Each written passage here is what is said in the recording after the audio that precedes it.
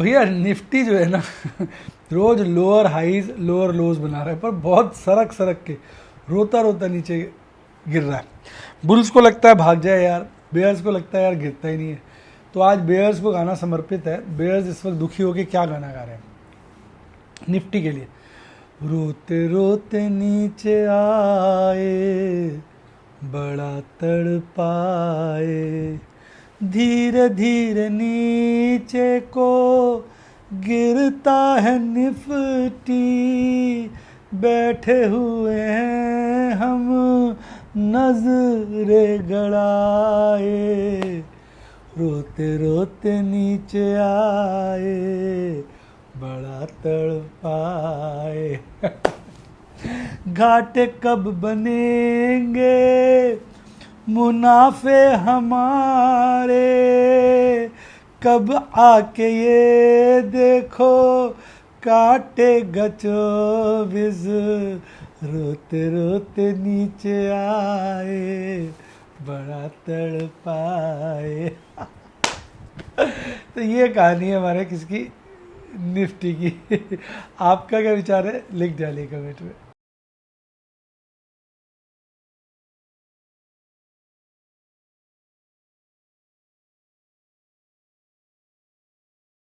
Share बाजार में assured या गारंटीड प्रॉफिट की उम्मीद नहीं रखनी चाहिए, या कभी भी किसी भी वक्त कोई भी अनएक्सपेक्टेड इवेंट की वजह से बहुत बड़ा घाटा हो सकता है, जिसके चलते आदमी की सारी पूंजी तबाह हो सकती है और वो फेल भी हो सकता है। शेयर बाजार बहुत ही खतरनाक जगह है, यहाँ एक भूल ही फाइनेंशियल तबाही के लिए काफी है। मैं केवल एजुकेशनल वीडियोस ही बनाता हूं, मैं कोई बाय सेल रिकमेंडेशन नहीं देता हूं। चर्चा किए गए स्टॉक उदाहरण के लिए हैं और खरीदने या बेचने की कोई रिकमेंडेशन नहीं है। मेरा यह मानना है कि शेयर बाजार में निवेश किसी के कहने पर नहीं करना चाहिए, बल्कि अपने रिस्क एपेटाइट और जानकारी के हिसाब से करना चाहिए। सदा याद रखें, जिसने ली टिप उसकी हुई डिप। शेयर बाजार में निवेश जोखिमों के अधीन है। निवेश करने से पहले सभी संबंधित दस्तावेजों को ध्यान से पढ़ें। हाय गाइस, आपका स्वागत है आपके अपने शो MKJ टॉक्स पर इन्वेस्टमेंट इन हिंदी में। कैसे हम के बच्चे कहते हैं समुंदर की आवाज़ आ रही, मैंने बंद करा दिया समुंदर। भाई बाजार ने देखो वीकनेस तो है, बात मैं डेटा की करता हूँ। डेटा में केवल FIs का जो ऑप्शन का डेटा है ना वो बुलिश है। ऑप्शन के डेटा में भारी मात्रा में कॉले खरीद के गए हैं और पुट्टे हल्की सी खरीद के गए हैं, और ओवरऑल ऑप्शन में बड़ी खरीदारी, क्योंकि कॉलों की तरफ जोर है तो इसका अंदर बाजार कहीं ना कहीं कल चढ़ सकता है। ये बुलिश डाटा है। अदरवाइज फ्यूचर्स उन्होंने लॉन्ग घटाई हैं, शॉर्ट्स काफ़ी बढ़ाई हैं, मार्केट मूड भी लगातार गिरता जा रहा है, इंटरनेशनल इंडिकेटर ख़राब हैं, कैसे कि क्रूड अभी भी 90 के लपेटे में चल रहा है, रुपया हल्का सा कमज़ोर हुआ है, 10 ईयर ट्रेजरी यील्ड फिर से 4.7 आ गई, इंडेक्स फ्यूचर लगातार बेचे जा रहे हैं। हालांकि स्टॉक फ्यूचर में कभी खरीदारी कभी बिकवाली देखने को मिलती है, और स्टॉक्स भी अब वो खरीदारी वाली जज्बा नहीं रहा, वो भी बिक ही रहे हैं। तो ओवरऑल डाटा जो है ना मज़ेदार नहीं है, और MTF बुक लगातार अच्छे से बढ़ रही है।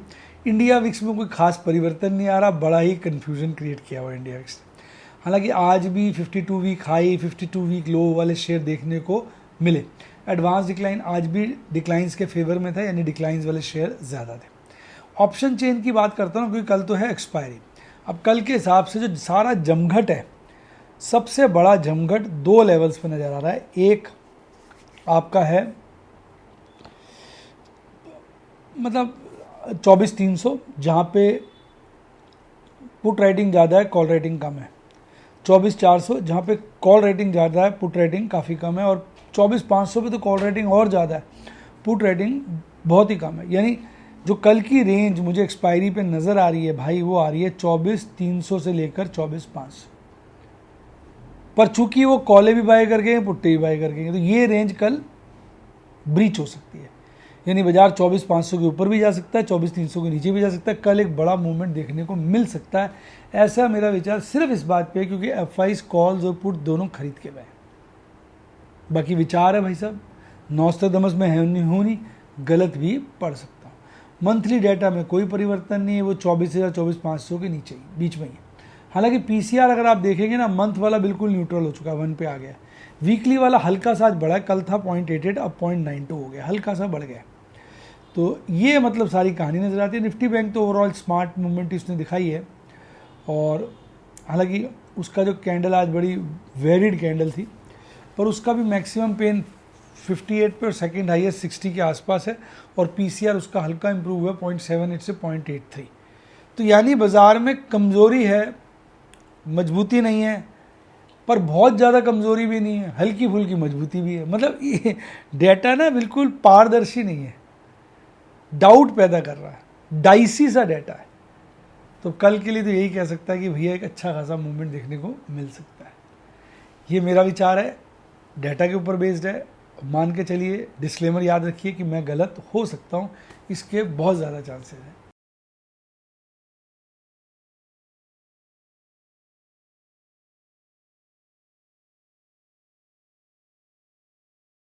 आइए डेटा की तरफ चलते हैं। मैं आपसे कह रहा था जी, लगातार मार्केट मूड में गिरावट आ रही है। जो मार्केट मूड लगभग 82 पहुंच गया था, अब गिरते गिरते 59 के नीचे आ गया। इंटरनेशनल इंडिकेटर में देखेंगे यूएस डॉलर स्टेबल है, पर क्रूड अभी भी थोड़ा सा हायर साइड पे है। रुपया हल्का सा कमज़ोर हुआ है और 10 ईयर ट्रेजरी फिर 4.7 के झटके दे रही है, जो अच्छा संकेत नहीं है।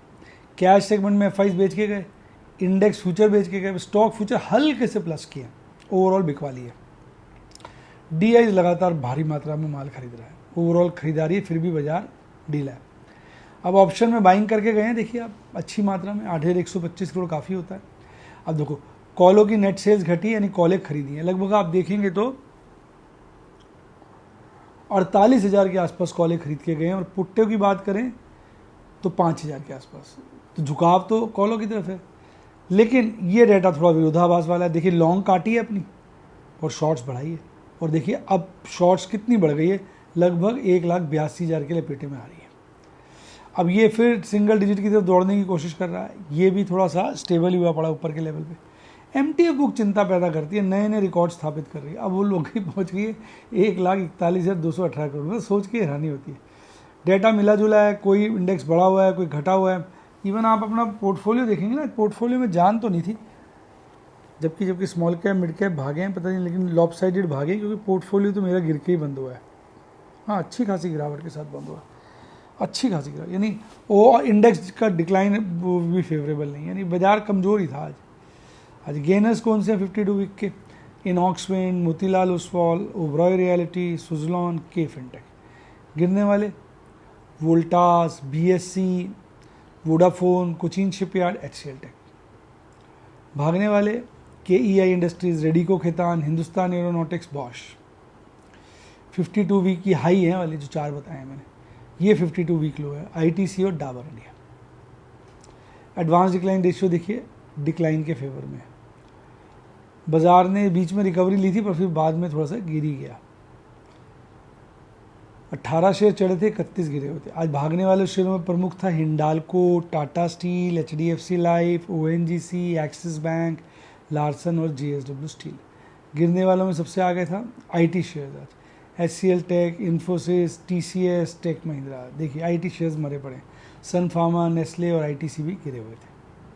देखिए लगातार कैंडलें लगातार गिर रही हैं, आप देखिए बिल्कुल डिक्लाइनिंग पैटर्न है बहुत, पर रेंग के गिर रही है। अब ये लगता है गैप भरने का वक्त आ गया। यहाँ देखिए बेरिश क्रॉसओवर बड़ा है, आरएसआई भी 50 के नीचे आ गया। अब ये मैं लेवल कह रहा था 24,300 पे देखिए कॉल पुट राइटिंग अच्छी खासी है, कॉल रेटिंग कम है। 24,400 पे देखिए कॉल रेटिंग अच्छी खासी है, पुट रेटिंग कम है। 24,500 पे देखिए कॉल रेटिंग बहुत अच्छी है, पुट रेटिंग काफ़ी कम है। मैक्सिमम पेन जो है कॉल रेटिंग का वो 24,500 पे है, पुट रेटिंग का 24,300 पे। तो 24,300 से 24,500 की रेंज है, पर ये ब्रीच हो सकती है क्योंकि ऑप्शन में बाइंग करके गए। मंथली वाला 24 और 24,500 के बीच नज़र आ रहा है। पीसीआर में हल्की सी इंप्रूवमेंट है, मंथली वाले में हल्की सी डिप्रूवमेंट है। निफ्टी बैंक थोड़ा हरे में बंद हुआ है, पर बिल्कुल ही फ्लैट ही बंद हुआ है। Yes bank, axis bank, union bank थोड़े तेज़ थे।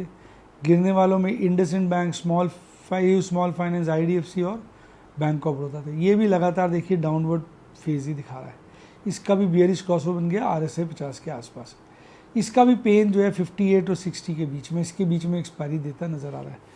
मंथली एक्सपायरी देखेंगे 0.83 पे आ गई है पीसीआर, जो अपने आप में थोड़ा कमजोरी की तरफ इशारा कर रहा है। इसी के साथ साथ bye, god bless you, happy investing. और आप स्टॉक मार्केट के राजा महाराजा बने।